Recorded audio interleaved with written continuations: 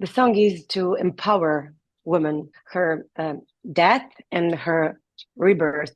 I think 100% that we're going to keep it in Montenegrin. There will be a revamp. What I would love to add are back vocals.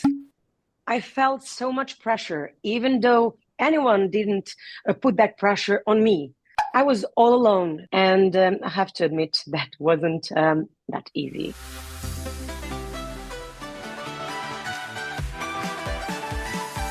Okay, so you have to have in mind that my English, fluent English, is a little rusty. So you will excuse me if I stutter Oh, at don't some worry. point.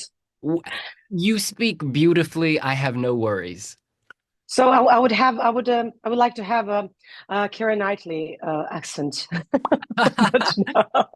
You can work on that between now and the London Eurovision party here in. Oh, really? Yes, yes, I agree. First things first, we have to talk about your song Dobrodošli. Oh my goodness. Yeah, Was it you're good. up? You're Was it good. written for Eurovision or was it written more generally? Actually, when they announced that there's going to that Montesong is going to happen, I wasn't into it. But Violeta Mihajlovska, who wrote the lyrics, um, advised me to do so, and I was like, okay, but only if I have a song that I will believe in, which I didn't believe that it was going to happen. So I told her, okay, if you have something on mind, write something. And I met actually and Boris Subotić, who wrote the music. So at first place, when they send me the demo, I heard it between my two blocks of my performance. And actually, when I first listened to it, I was surprised because I didn't expect it to be a ballad. I didn't expect it to be with that those strong lyrics, and I was a bit scared because I couldn't imagine myself singing about it. And at first place, I told them, do you know what? Okay, give me a few days so I have to think about it because it is too much for me. I expected something else. Maybe those 10 previous years, I recorded only those dance songs with light lyrics. And Boris Subotić told me, okay, take your time, but I believe that listeners are going to believe you because of your professional experience, because of your life experience.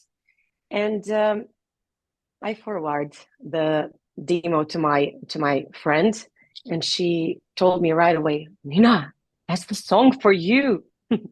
So the rest is history.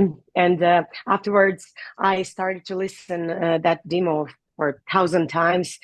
Even I cried, and the song actually happened. Oh, that's beautiful.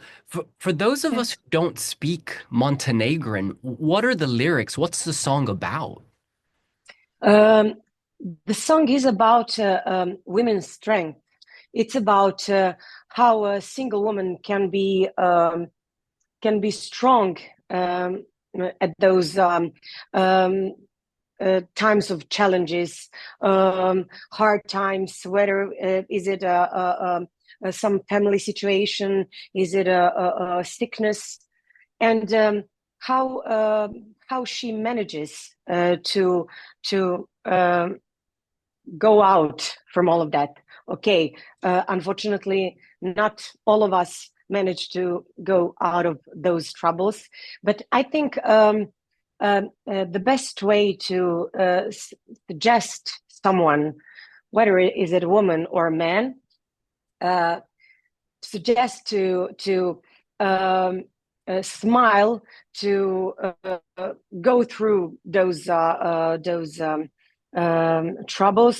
I think it's best way through music. I mean, that's my way. That's my opinion. So the song is to empower women. It's about her death and her rebirth. Do you feel like you are being reborn? Does the song speak to you personally?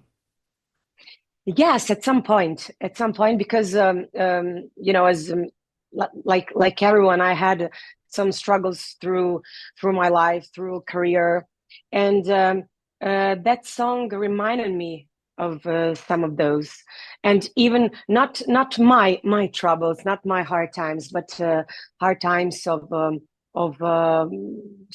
someone that I even lost, and someone who is close to me, and that perfectly worked for me. And we, of course, have been thinking about you since 2013. You don't forget Nina Žižić, Thank Bumblebee you. with Who's C. And people have been Bumblebee. wondering, when will she return?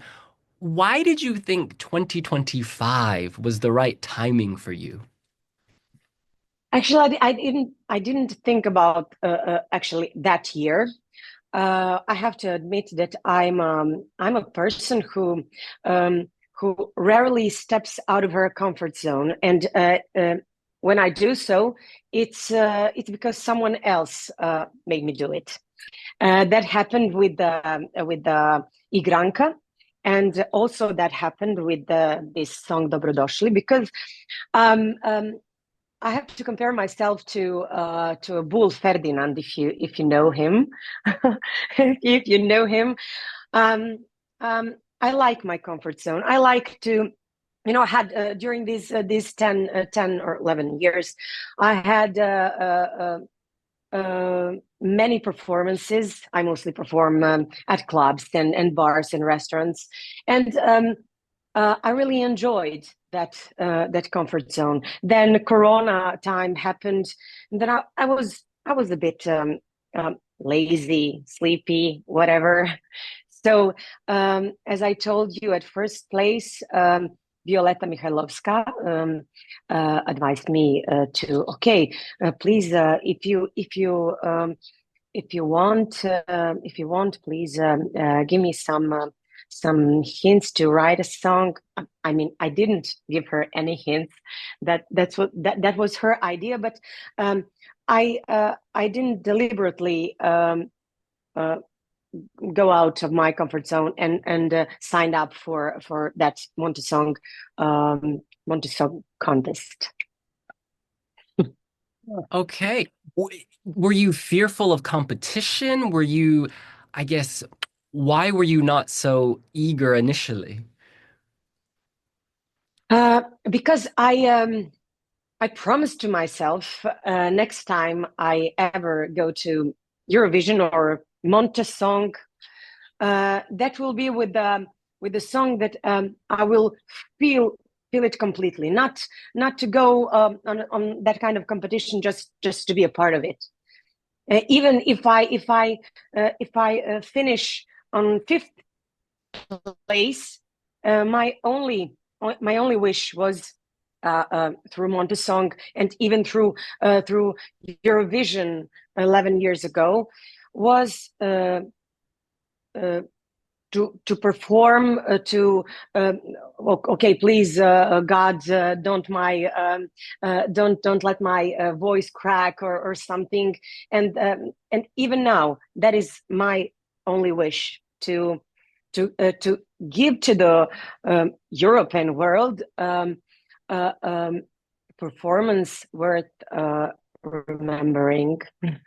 Oh, don't worry about that. We remember, we remember. Yes. But we do wonder, Yes. at Eurovision, will you keep the song in Montenegrin, or will you potentially add lyrics in another language like English? Well, I think we will keep it in Montenegrin, because um, already read those comments on YouTube. Please don't ruin it with English. Not because English.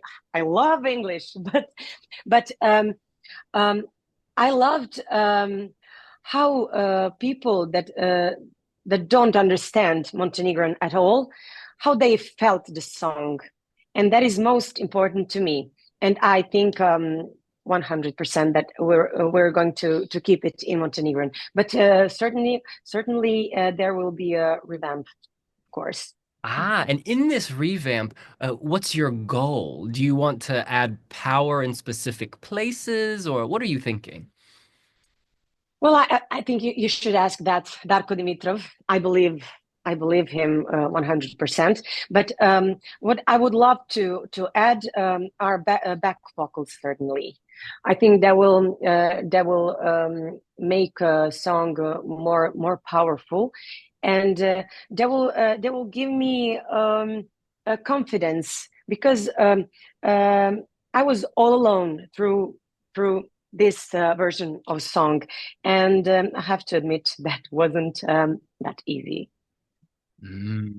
It was really beautiful, actually. At the beginning, you seemed a little nervous, just a little. And I like that because it fit with the message of the song, maybe. And then as it went on, you got more and more strong. And then by the end, you were, the diva. Yeah, thank you. Were you nervous on stage? Yes. I think maybe it's because of that adrenaline rush that I felt when I was on that stage, and which I have to what I have to work on is to meditate for the song. I really have to keep calm, because I have to sound calm, even scared, but not so overwhelmed. But I will work on it. I promise. Oh, it's going to be great, honestly. We were already touched, so look forward to Thank you.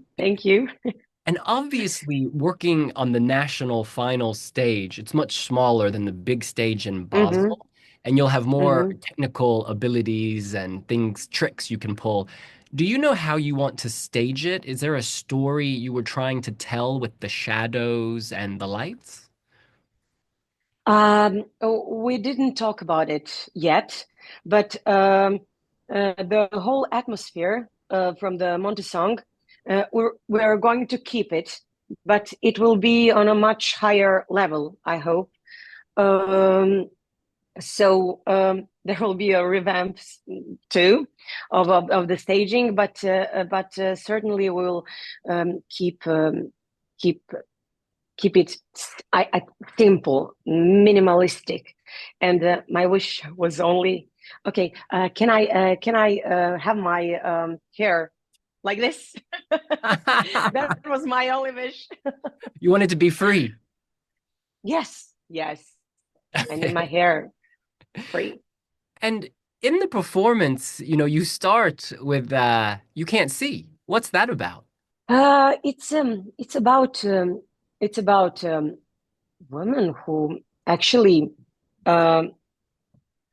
she's kind of blind or sugar coated from some men, some people, and she can't see. She's everything is foggy, and she doesn't have a sense what is going on, and she's vulnerable. And when she pulls it, then she gets herself and shows to the world that she's strong, that she that's actually the message. But the whole styling thing is connected to the justicia, because she has that thing over or her eyes. She has some kind of a dress like mine. I have dress like hers, and those silver hands. I was often asked what that means. I couldn't bring how do you say balance. Yeah, the scale. Yeah, scale and the sword. So my hands were those two things. Okay. Deep symbolism there. And you Yes. had to balance a lot during and after Yes. Montesong. This was very much a journey. So I Yes. just want to rewind a little bit and talk about the Hmm. results where you came second by just 1 point. This was so close. At that moment, when it looked like you were second, what were you feeling? Was it difficult or were you proud? Actually, I was proud, and even when I finished second, I could only read those comments of support and so neon when they finished first. I was actually happy. I was happy because, oh my God, finally it's over. I don't have to struggle about anything. I think I had a good performance. I already had great comments, and I was like, okay, now I have to go back to my performances, usual performances, of course, to plan for second song that I'm going to record, just to keep present my presence in our country. So those were my plan. But afterwards, I was at first I was confused. I wasn't like, oh yes, they did that thing, so I'm going to be first. No, no, no, no. There are no winners. I'm so sorry because of those circumstances, but actually, I'm glad and proud that that at the end I I was the one who's going to represent Montenegro at Eurovision. Mm. And in that in-between period, when the group said, okay, we're going to withdraw now, and then before you were named the singer, what was that period like? Were you hoping you would be asked, or were you sort of, I will let the universe decide? I will let the universe decide, but uh, um, I felt so much pressure, even though anyone didn't put that pressure on me. But I I simply felt great pressure, and I was like, oh please, I want this to end as soon as possible because I'm not the reason. I'm not the cause. And uh, no, that period between I was under pressure. Really, I was. That's my personal opinion. And when NeonoeN decided to withdraw, what was your opinion about that decision? Did you understand? Were you sympathetic? I don't know what to say about it. I mean, you'll have to ask them, but certainly, I wasn't happy because that happened. Of course, I'm really thankful for that. I'm so sorry that that happened after everything happened. So. After all, I'm glad that the whole story about those controversies finished right away. So I'm happy that actually we have the spot on songs on Eurovision on rather than controversial situations. And during this period, did you ever think, no, I don't want to go to Eurovision? No, not at all. Not at all, because I believed in song and um, I I believed I wanted to perform at Eurovision, and after all, it wasn't my fault. It wasn't my fault, as I told you, and I think everyone's wish on that night of us 16 performers was to go to Eurovision, and that is a kind of crown for my career. So I gladly accepted it. The queen takes the crown. We love to see A it. crown. Now, how did they tell you? Did they email you? Did they call you? They called me actually, Antonella, the girl who works for our national broadcast, and she called me, and she told me that I would be the next representative. Did I tell it right at Eurovision? So yeah, they called me, not the email. Oh, They great. called me. It was a lie. And if they hadn't asked you, if someone else had gotten the opportunity, do you think you would enter Montesong again next year? No, no, because this Montesong, including of course the Eurovision, I fulfilled the whole circle. So I would rather give the opportunities to next competitors. So as I told you, I made a full circle around my son. So good luck to everyone in the future who would sign up for next festival for Eurovision. And people all over Europe remember 2013. The people put you in fourth place in the semifinal. Fourth place. Yes, Must be televoting. Montenegro's best, public vote ever. Yes. But then, of course, you didn't go through. What do you remember of this experience of Eurovision 2013?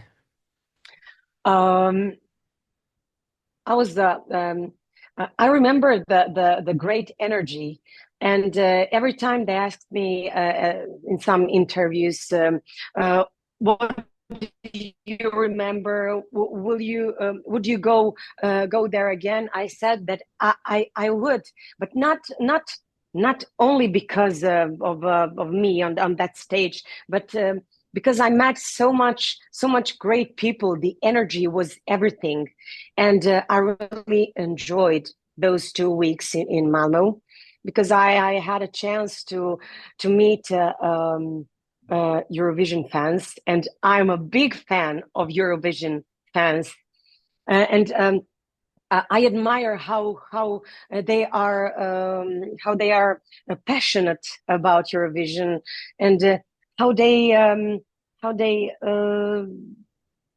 listen to every song with so much attention, like you, like everyone else, and I'm looking forward going to Eurovision, especially for that energy that I'm going to experience again. Mm. And do you keep in contact with the guys from Who See? Well, actually, we're not in contact because we were not friends before we started our collaboration 11 years ago. But I have their support. Actually, Deda, that guy with that voice, he sent me a message right after they announced that I'm going to represent Montenegro at Eurovision, and um, he sent me that he believes in me, and he doesn't have any doubt that everything is going to be great, just 11 years ago. Beautiful. And we discussed how you were very successful at Eurovision, but since there have been two times Montenegro has gone to the Eurovision final. The country often struggles.